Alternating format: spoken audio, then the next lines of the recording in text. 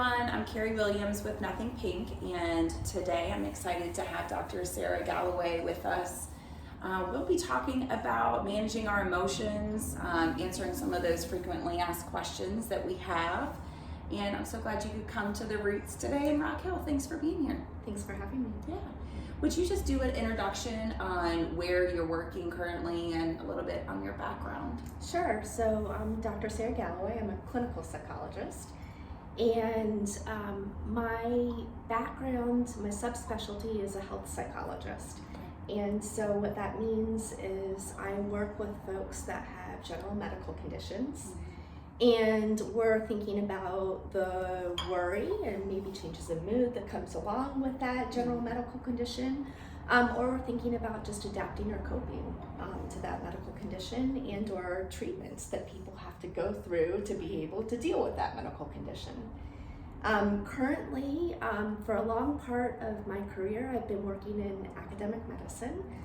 So I have worked at a couple different cancer institutes, and most recently took a little bit of a career shift into private practice. Okay. So currently my private practice is located in the Charlotte area, in the South Charlotte area. Okay, wonderful. Well, Yeah. we're so glad to have you here Thanks. today.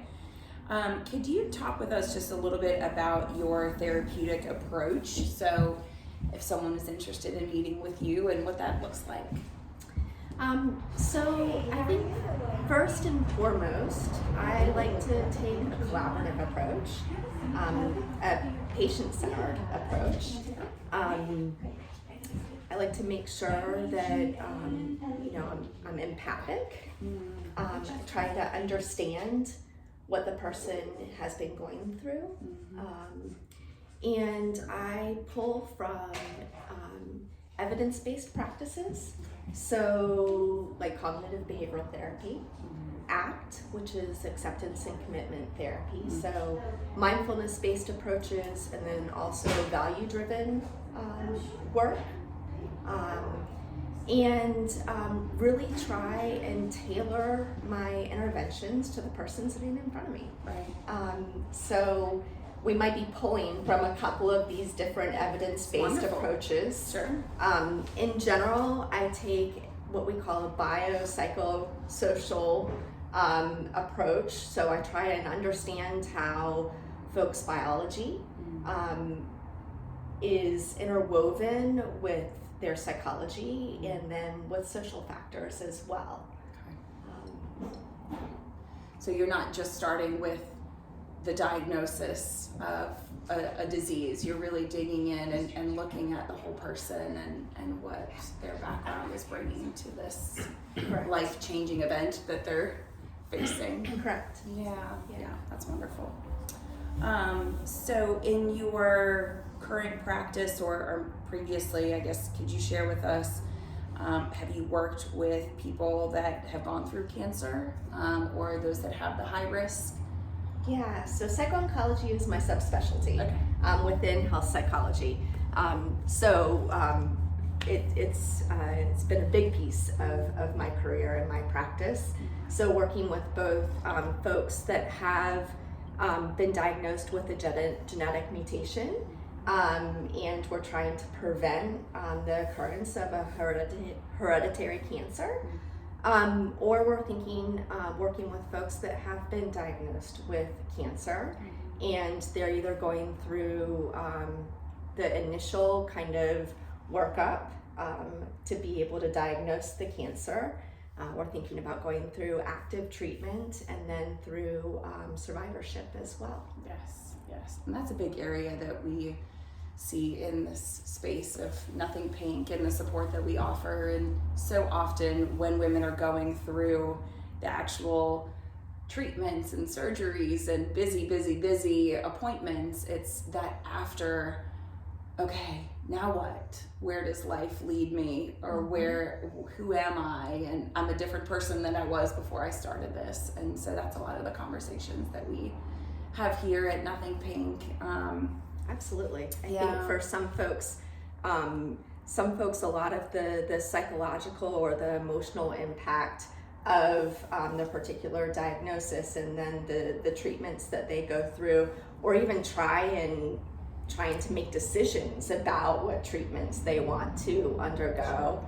I think it can be extremely difficult, and for some people the psychological or the social or the psychological or emotional kind of ramifications don't come until maybe sometimes a little bit later. Oftentimes it's kind of folks go into survival mode. Right. And that makes a lot of sense. They're fighting and going through a lot. So my personal experience is on the risk reducing and prevention side. So I have the BRCA mutation and went through a lot of that decision making and processing, and a lot of other previvors in our group have that experience too. And I think that just talking with us, how would you guide or recommend who would be the best person to prescribe anxiety or depression medications? That's a big one that a lot of people ask about, so would love to hear your approach on that.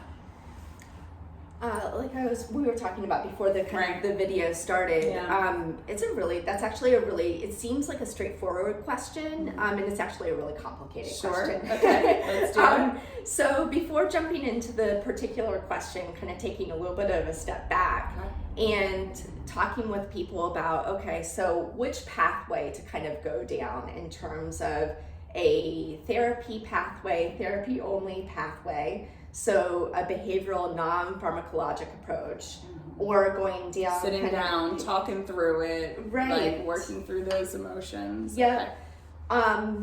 Problem solving, right, active coping, those types of things, or thinking about going down a pharmacologic pathway, so thinking about medications only, or the third pathway is a combination between both of those two.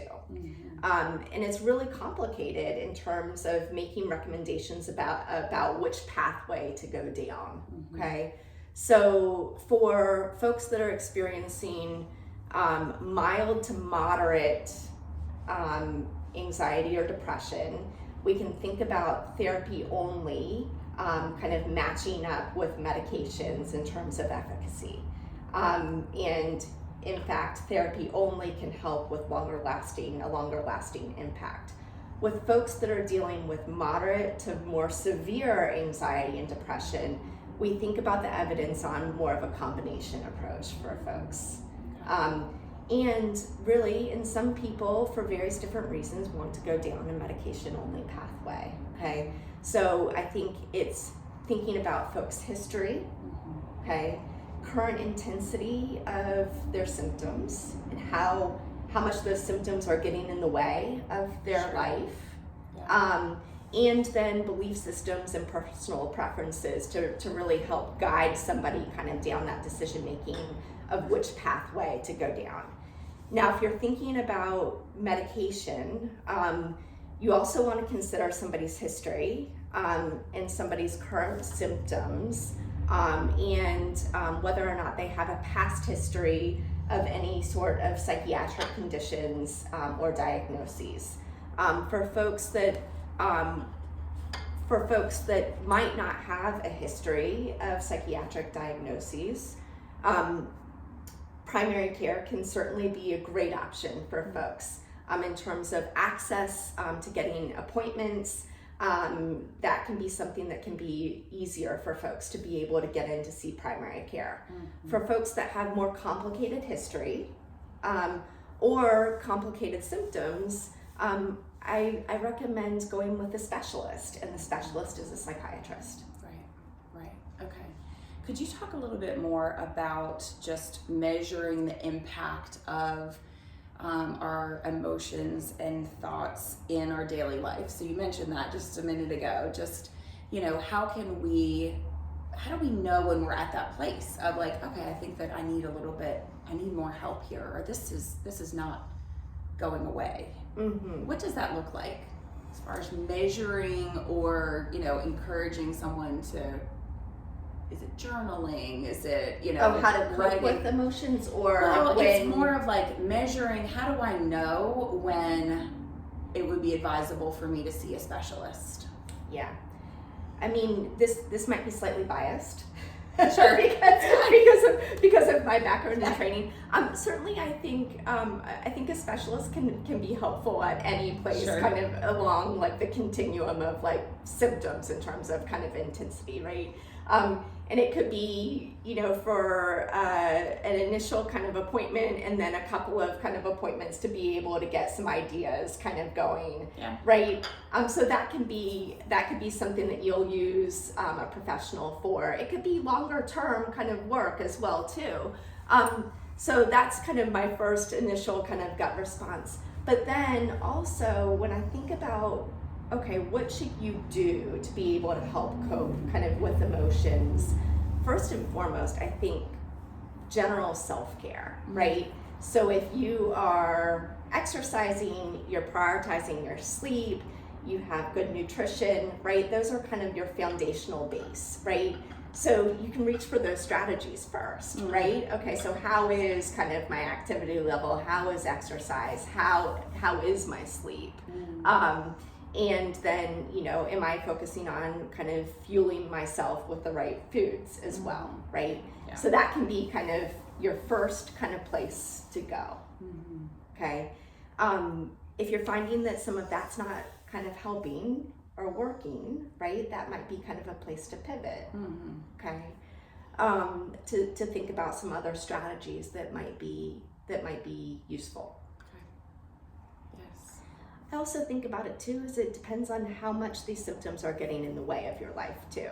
Right. So this idea of like functional impairment. Yes. Okay. And if they're getting in the way a lot, right, then that might be your line. Yeah. Yeah. How many days in a week am I having these thoughts, or how many times a day? Those sorts of things. Yeah, and how much just stress is coming up, and then how's it getting in the way of other areas of your life? Yeah, that's good. Yeah, how's it getting in the way? Okay. So I think we can. Why don't we pause this and just do a Kelly's gonna cut it.